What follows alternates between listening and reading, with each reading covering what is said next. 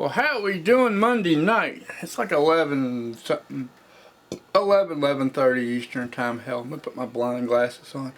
I can see better that way. No, I don't look so fuzzy and blurry. Man, it's been a crazy winter so far. One week we had sub-zero temperatures. The next week was like in the 60s. Then it got cold again. Now this week's about normal.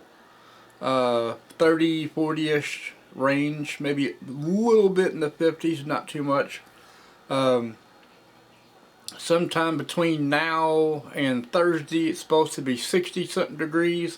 And then Friday, they're calling for isolated rain showers with snow and sleet. It's Kentucky. It happens all the time. People, a lot of times, are like, oh, what? And this is because I belong to a group on Facebook. It's called, I think it's like Homesteading for the Hills, something like that. Give me a second. But people all the time on the West Coast, they're like, I want to move to Kentucky. I want to homestead there, or or they want to move to Tennessee, kind of close to like in between Kentucky, Tennessee, or Missouri, or something like that. And but there's a lot of people originally from like Oregon, Washington State, stuff like that, and there's a lot of them that are focusing on like Kentucky, Tennessee, which that's fine, but your lifestyle there is totally different than the lifestyle that you're going to be coming here from. And this is something else too. I'm not going to say, let me pump this around a little bit. I'm not going to say a lot of y'all are going to come to Kentucky or Tennessee or something like that to move here, but here's the thing. This is something that a lot of people don't tell you. We have, well, I know for a fact, mainly Kentucky. I'm not sure about Tennessee, because I don't live in Tennessee. In my area, which is the Ohio Valley region, is what they call my part of Kentucky. A lot of people that PCS here, and that's the military term for moving, I tell them all the time, I make posts about this all the time in certain groups in Fort Knox. I'm like, if you're PCSing from another state that when you've never been to Kentucky, and you come here, number one thing you want to do is have a lifetime supply of Benadryl if you have allergies. We are like the allergy kingdom of the United States. People that have allergies, they come here and they suffer because for whatever reason, we are like allergy central of the U.S. But, how it happens. Sometimes, like this time of year it's not so bad because, it's, cold and everything. There's nothing in bloom. But me, myself, when the first part of the year starts, tree pollen is my kryptonite. And then about midsummer, it's ragweed. And then it dies off and it does its thing. And then it comes back again towards the end of summer. And then after, in autumn, my biggest thing is the dust from all the dried leaves and everything else. And then I'm good for wintertime. Which is why I don't mind wintertime in some ways, because I don't have any allergies. The only thing I hate is the cold. But, for every one good thing, there's like 20 bad things. So, you just got to take your punches and roll with it. Now, I was online, I don't know, 2 or 3 days ago. I was looking at some things because I'm thinking about getting some quail. And I want some quail, and I want to make, and instead of putting them in cages like everybody else does and stacking them on top of each other, I want to give them the option choice of how I have my chickens. It's where they got, they can run around and they can do their thing, and but keep them in a cage kind of thing at the same time, to where the possums and the coons and the cats and whatever else doesn't get to them. But I was looking for like a larger cage kind of thing that I can actually put together and then put like a brooder box kind of thing in the middle of it before I put all the hardware and everything else around it. And because once you do all that, then you're gonna have to lift it up or pick it up and put it back down on top of something, and that's too much work. So work harder, why work harder, work smarter, and Scrooge McDuck said. So that's what I'm looking at. But I also found something that I really, at the time I was looking at it, and I was like, that'd be kind of great because of the length of it and everything. It'd be really good.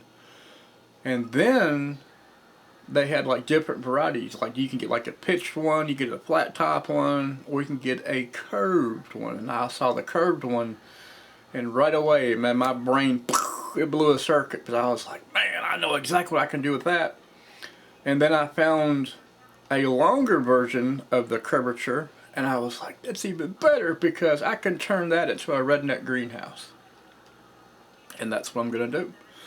But before we even get to all these other steps of, getting this thing just being shipped here and all this other kind of crap, we got to clean up this front piece out here where I've had boxes and all kinds of other stuff and sitting out there, and there's the grounds, some of the ground's level, but some of it's, there's lumpy and there's everything else. So we got to get in there, we got to move stuff, move some other stuff in there, smooth everything out. And then what I have to do is get one of those great big heavy duty like ground, not a ground tarp, but like a ground, something, but you lay on the ground to keep all the weeds and everything else out. And then once I get that put in, then we can set everything up and figure out how everything's going to go and everything else. But the reason why I've been looking at this one thing is mainly is around here, we don't put plants out till after Derby Day, which is about the second weekend of May, because that's usually about the end of the last, like, killing frost for winter time type thing. So if I could find a way to where I could get something like this set up, tarp covered and everything else, and in the process form for a greenhouse, it would give me like almost like a month in advance for getting things started or things growing, stuff like that. Now, one of the other things that I thought about is, during the daytime, if it's, getting full sun and everything, and it's nice and warm, nighttime comes around, then everything, the temperatures tank, and how would I find a way to make sure everything stays warm?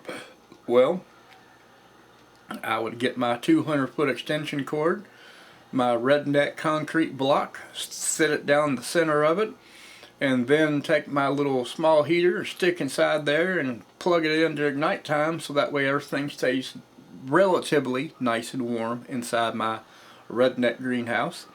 And then unplug it during the daytime when it's warm enough to where I don't have to worry about, the temperature during the daytime, damaging my plants or seedings or however you want to do it.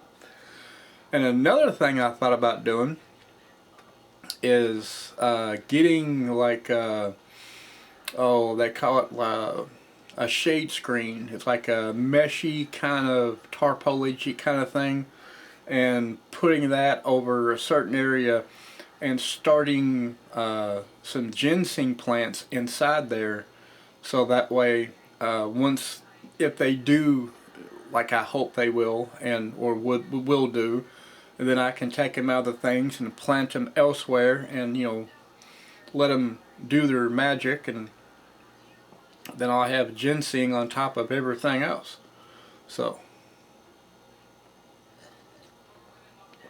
but don't know till it happens. So, we got to do other steps first, and until we get those other steps out here taken care of, we can't do anything else until that's taken care of, which is fine. Which, it gives me it's the first week of January, so to say. Well, actually starting on the second week of January. Yeah, it gets me plenty enough time to do that and get everything taken care of, to where, it's 3 months-ish until technically springtime. Well, I mean, technically it's like 60, 70 something days until technically it's springtime, like March 21st. But, you know, a lot of people don't look at it that way. They're like, oh no, it's still wintertime, which technically it kind of is. But, you know, the 21st of March is technically the beginning of springtime by the old folks form.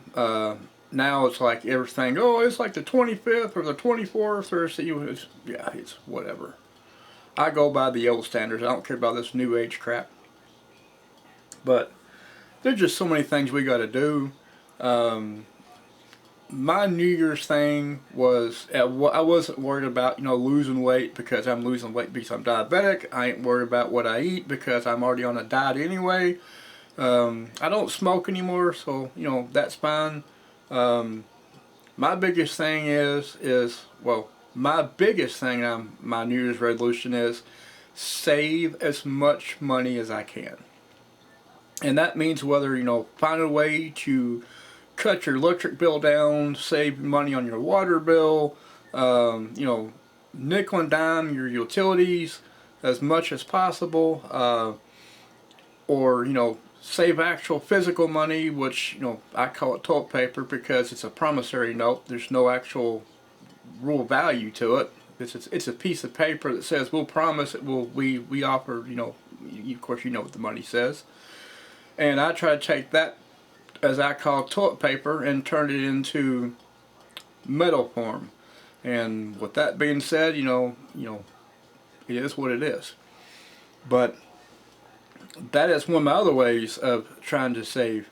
And my secondary thing is to get more exercise. And in order to get more exercise, not only do I have to take my little semi-mildly fat ass out in the woods to walk around and pick mushrooms and dig root and everything else, I actually got to get more physical than that. And once we start working on the back porch, which is going to be this year because I'm going to have my father-in-law help me, we are going to get basically the frame part of it started. And once the frame is put together and all the spacers are in between, everything else, because it's not going to be planked like you would like a back porch, it's going to be a flat floor, kind of like a room. It's going to be built like a porch but finished like a room.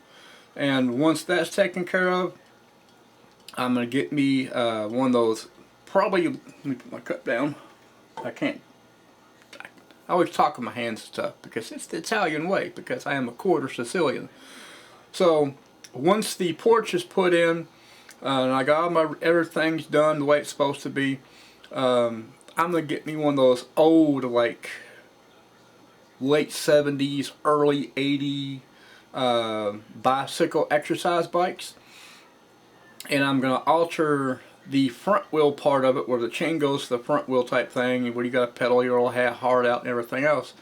And I'm going to find a way to put a alternator on that piece with a alternate connector piece to another form, to where when I'm out there pedaling my little heart out to get my exercise, I'm charging up a battery that I'm going to use for like a solar kind of thing.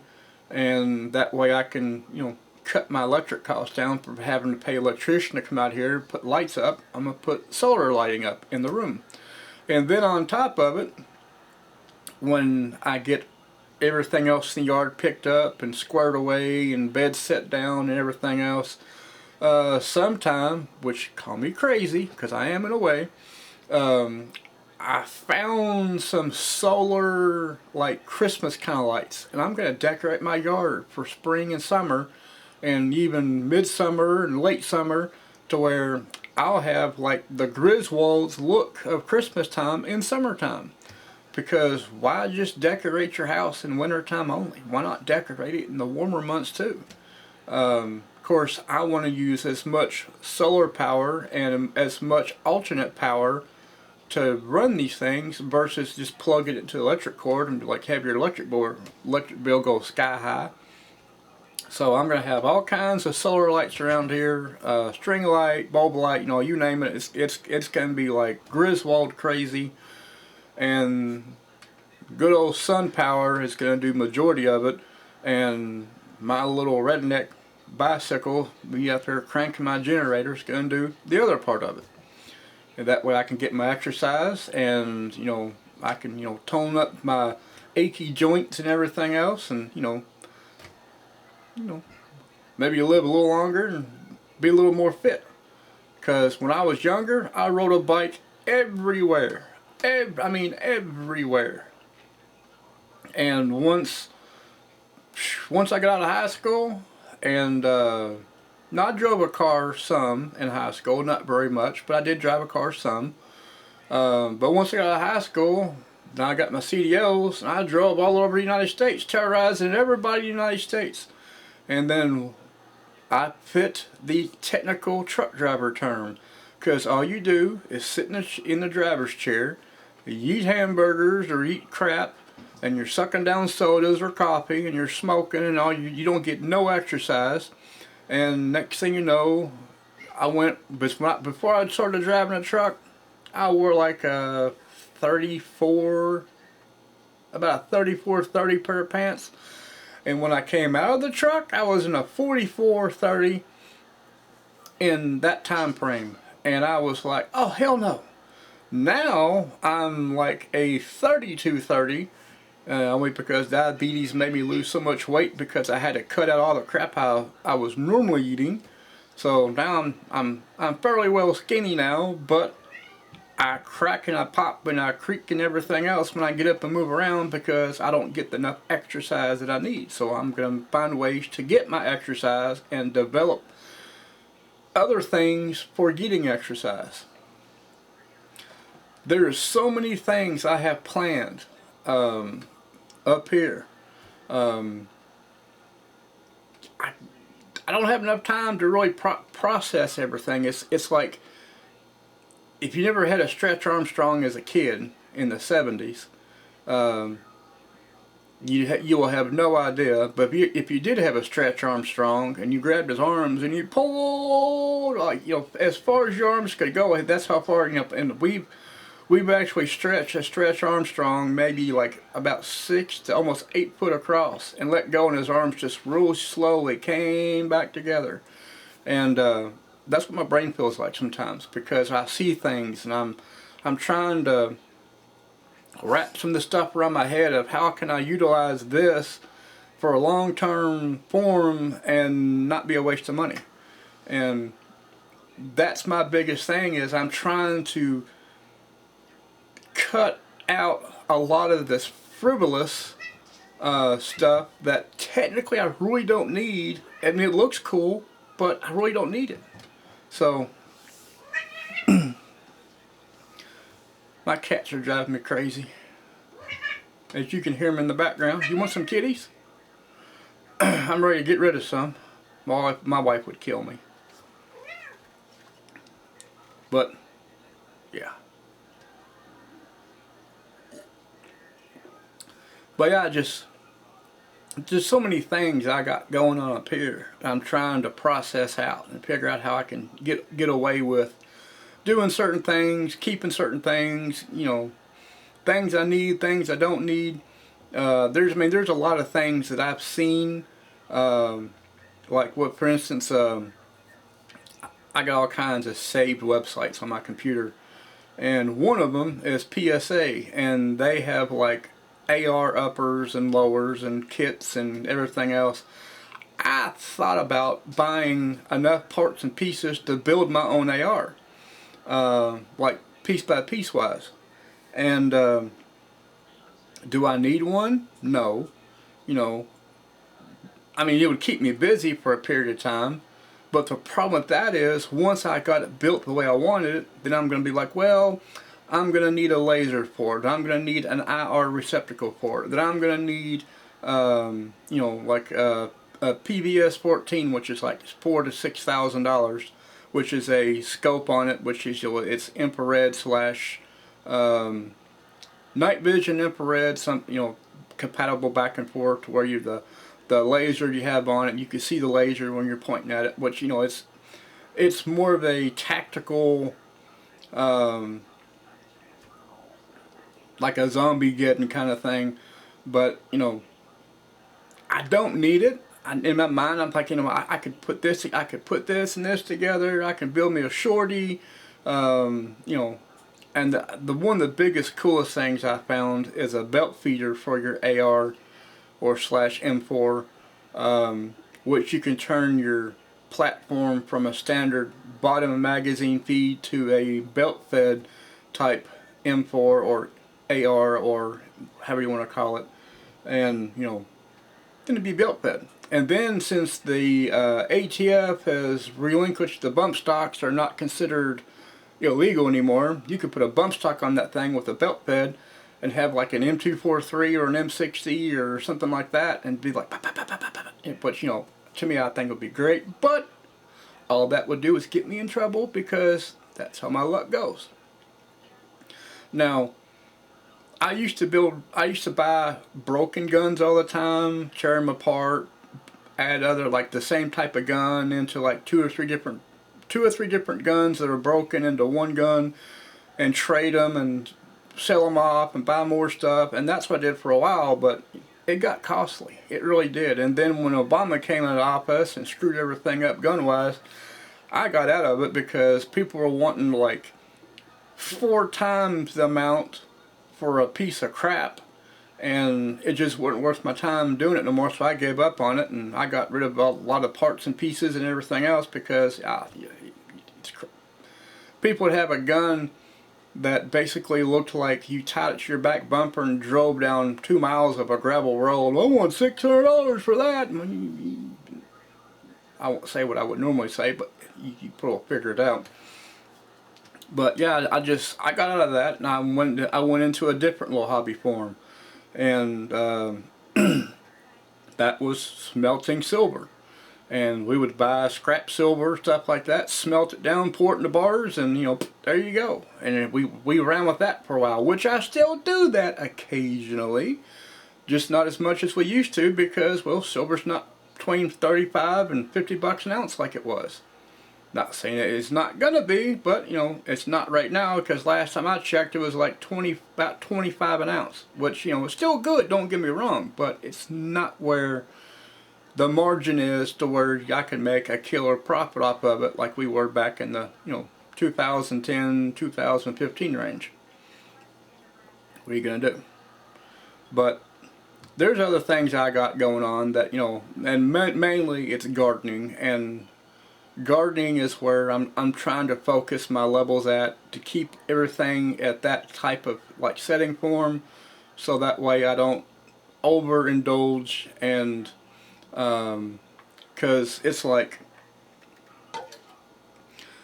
here's my brain, and then it's like 1 second it's like this, and it's like a grenade. It goes all kinds of different directions, and I see so many things, and my brain's like, it's like hit, and then all of a sudden it's like, oh, wait a minute, go back together, and like no, don't think about this, push it out of your mind to get rid of it because you got to stay focused on this. And it's like, oh look, a squirrel, or oh look, a dime, and that's what I'm like all the time, and I get sidetracked so easy it's not even funny. But it's life. It is what it is. But I just gotta make sure I stay focused on my narrative and not stray off like little birdie tweet going different directions, because once I do that, then I'm screwed. I'm back to where I was from square one, and everything goes to hell. It happens. But, and then another thing too, I was told this all my life growing up, and I've told other people this, being the adult form, which sounds funny coming from my perspective, saying the adult form, because even though I'm pushing 50, I still don't consider myself an adult, like knowledge-wise. I try not to, give anybody like personal advice, so to say. Except for I do a teeny bit, but it's mainly like save your money, live at home as much as you can, bank up as much as you can, so when you do move out, you're not being like, well, I got thrown to the wolves because I did something stupid, and things like that. People when I was growing up, my parents, my grandparents, my elders, and everybody else told me, you are who you associate with. And now when I drove a truck, I associated with some of the best people in the world and some of the most shadiest people in the world. So, but driving a truck, you're stuck in a 5-foot cubicle, and you pick up loads, you drop off loads, you trash talk, you cuss like a sailor, you have a bad attitude, it's, of course I haven't driven a truck in 20 years. I don't want to use it as an excuse how I do things, but I still have those tendencies to where, things come out and it's like censor marks all over the place. But, it happens. But here lately, and when I say lately, probably within the past 3 years, I've been trying to redirect who I associate with.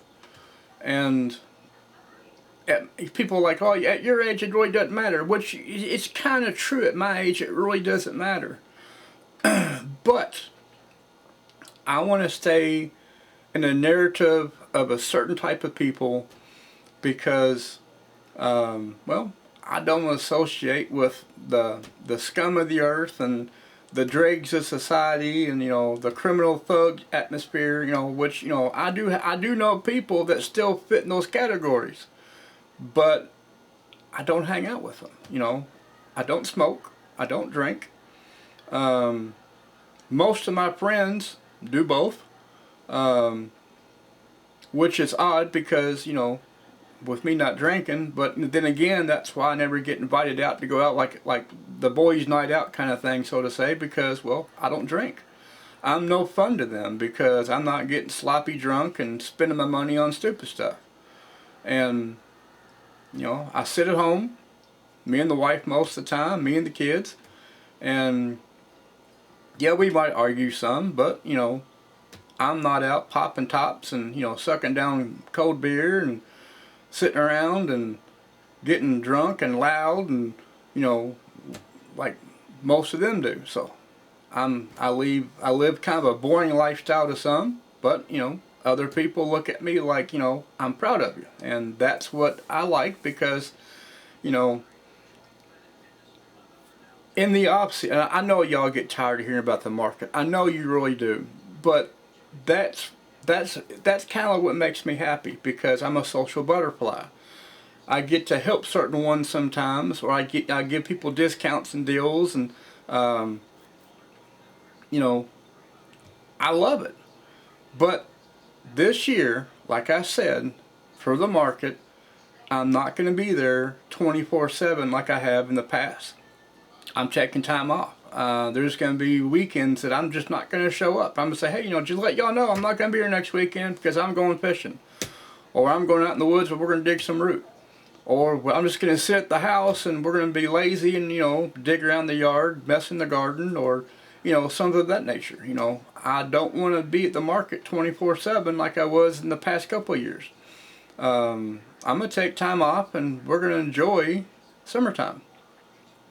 So, with all this being said and done, I know this ain't a super long video and it is what it is, but YouTube appreciate it because I'm not going to have a 30+ minute video like I normally do over something stupid. So with this being said and done, I bid y'all farewell, good night, and I will see you again possibly sometime between now and whenever, So y'all have a good night and I'll catch y'all again soon.